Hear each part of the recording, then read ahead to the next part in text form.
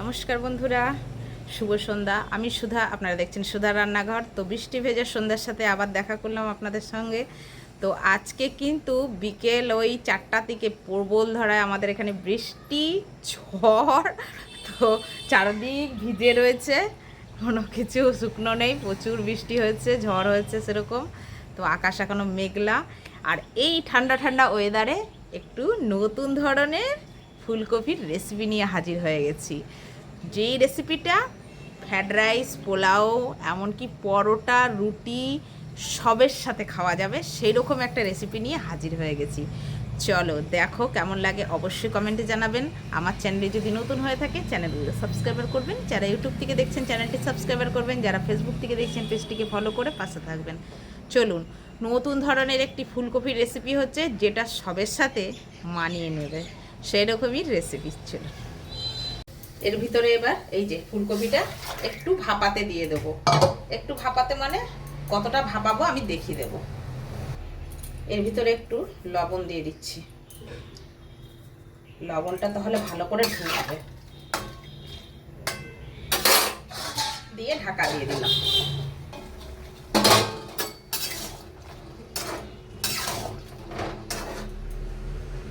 আর একটু সিদ্ধ করব। হয়ে গেছে। এবার আমি এগুলো এই গামলাটার মধ্যে তুলে দিচ্ছি।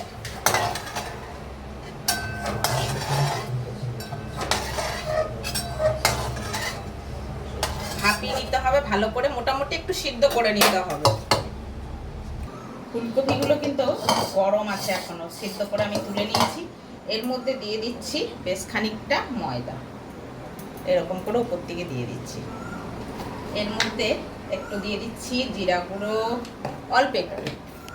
এর মধ্যে দিয়ে দেব ধনে গুঁড়ো, লঙ্কা গুঁড়ো, অল্প করে একটু লঙ্কা গুঁড়ো দিয়ে দিচ্ছি, একটু দিয়ে দিচ্ছি হলুদ গুঁড়ো। এটার মধ্যে আমি নুন দিলাম না।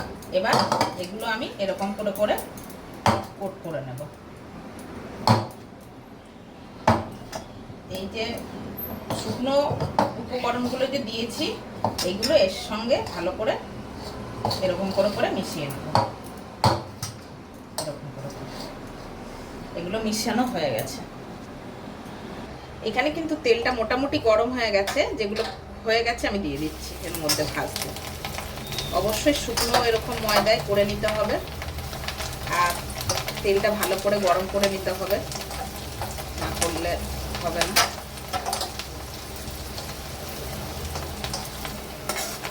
এইরকম লাল লাল করে ভেজে নিতে হবে কিন্তু। এই যে আমি ভেজে নিয়েছি, এবার তুলে দেব।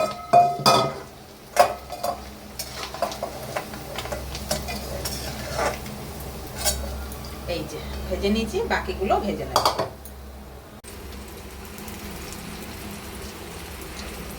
এইগুলো একটু কড়কড়াই ভাজা হয়ে গেছে, তো এরকম ভাজলেও হবে, কোনো অসুবিধা নেই। তুলে নিচ্ছি।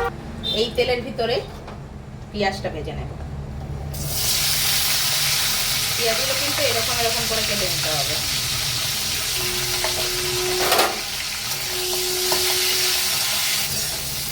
হয়ে গেছে এটা ভাজা, গ্যাসটা কমিয়ে দিলাম। এইটা হালকাই এরকম ভাজতে হবে, এগুলো একবারে ডিপ ফ্রাই করবেন না। এবার ক্যাপসিকামটা ভেজে নেব। কোনো কিছু নুন দেওয়ার দরকার নেই, এরকমই তেলে একটু ফ্রাই করে নিতে হবে। হয়ে গেছে। এই যে এরকম হালকা ভেজে নিতে হবে, এইরকম হালকা। এবার এর মধ্যে তেল দেবো। আমি কিন্তু পুরোটাই সরষের তেলে করছি। এটার মধ্যে তেল দিয়ে দিয়েছি। এবার দিয়ে দিচ্ছি রসুন কুচি, দিয়ে দিচ্ছি আদা কুচি। এগুলো এবার একটু ভেজে নেব। দিয়ে দেবো পেঁয়াজ কুচি, একটা বড় সাইজের।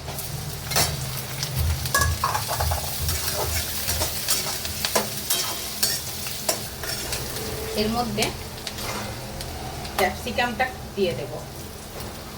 পেঁয়াজটা দেবো না, ক্যাপসিকামগুলো দিয়ে দেবো, কারণ ক্যাপসিকামগুলো একটু কষাবো। যেহেতু ক্যাপসিকামগুলো আমরা নুন দিইনি, পেঁয়াজে নুন না দিলেও হয়, কিন্তু ক্যাপসিকামে নুনটা কিন্তু ব্যবহার করতেই হবে। যার জন্য এটার মধ্যে একটু ভেজে নেব। এর মধ্যে দিয়ে দেব লঙ্কা গুঁড়ো, ঝালটা যে যেরকম খান সেই অনুযায়ী দেবেন, আমি অল্প করে দিলাম। দিয়ে দেব হলুদ গুঁড়ো, দিয়ে দিচ্ছি স্বাদ অনুযায়ী লবণ। এবার গ্যাসটা বাড়িয়ে এটা একটু কষাবো। মশলাগুলো দিয়েছি, গুঁড়ো মশলাগুলো একটু কষিয়ে নেব। এটা কিন্তু কষানো হয়ে গেছে, আমি একটু জল দিয়ে দেবো।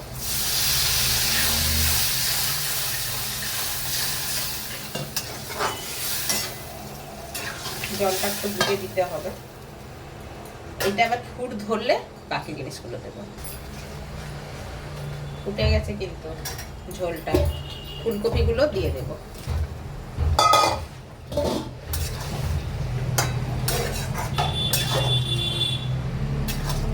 গ্যাস কিন্তু আমার বাড়ানো আছে, ফুলকপি তো সেদ্ধই আছে আর ক্যাপসিকামও সেদ্ধ হয়ে গেল। এটা ভালো করে যখন ফুটে যাবে, একটু একটা জিনিস অ্যাড করতে হবে এর মধ্যে, সেটা হচ্ছে 2 থেকে 3 চামচ কর্নফ্লাওয়ার গুলে দিয়ে দিলাম। এবার এইটা হতে থাকবে। একটুখানি চিলি সস দিয়ে দিলাম, একটুখানি সয়াবিন সস দিয়ে দিলাম, অল্প দিয়ে দিচ্ছি টমেটো সস। টমেটো সসটা এতে বেশি যাবে, ঝালটা যে যেরকম খান সেই অনুযায়ী চিলি সসটা কিন্তু যাবে। এবার আমি এটা, আমার কিন্তু গ্যাস একদম সিমে আছে, গ্যাস কিন্তু সিমে রেখে এইসব কাজগুলো সারতে হবে। গ্যাস বাড়িয়ে দিলে কিন্তু নিচে লেগে যাবে না, গুলোও কিন্তু গ্যাস বাড়ানো যাবে না। এবার দিয়ে দেবো, এই যে দিয়ে দিতে হবে অল্প করে একটু মিষ্টি, যে যেরকম খান সেই অনুযায়ী। ব্যাস, একদম গ্যাসটা সিমে থাকবে, এটা কিন্তু সিমে থেকেই হবে। আর যখন সিমে থাকার পরে যখন এটা না তেল ছেড়ে যাচ্ছে, ততক্ষণে কিন্তু নামাবেন না, তেল কিন্তু চারদিক থেকে ছাড়বে। এই রেসিপিটার নাম হচ্ছে চিলি ফুলকপি। তেল কিন্তু অলরেডি ছাড়া শুরু হয়ে গেছে, দেখতেই পাচ্ছেন। এবার কিন্তু আমি এটা নামিয়ে দেব। চিলি ফুলকপি রেসিপিটা কেমন হলো অবশ্যই কিন্তু কমেন্ট করে জানাতে হবে, অপেক্ষায় রইলাম। আর এটা করে খেয়ে সেটাও জানাবেন যে কতটা ভালো লাগলো আমার এই রেসিপিটা। দেখা হচ্ছে পরের রেসিপিতে, আবার নতুন ভিডিওর সাথে আসছি।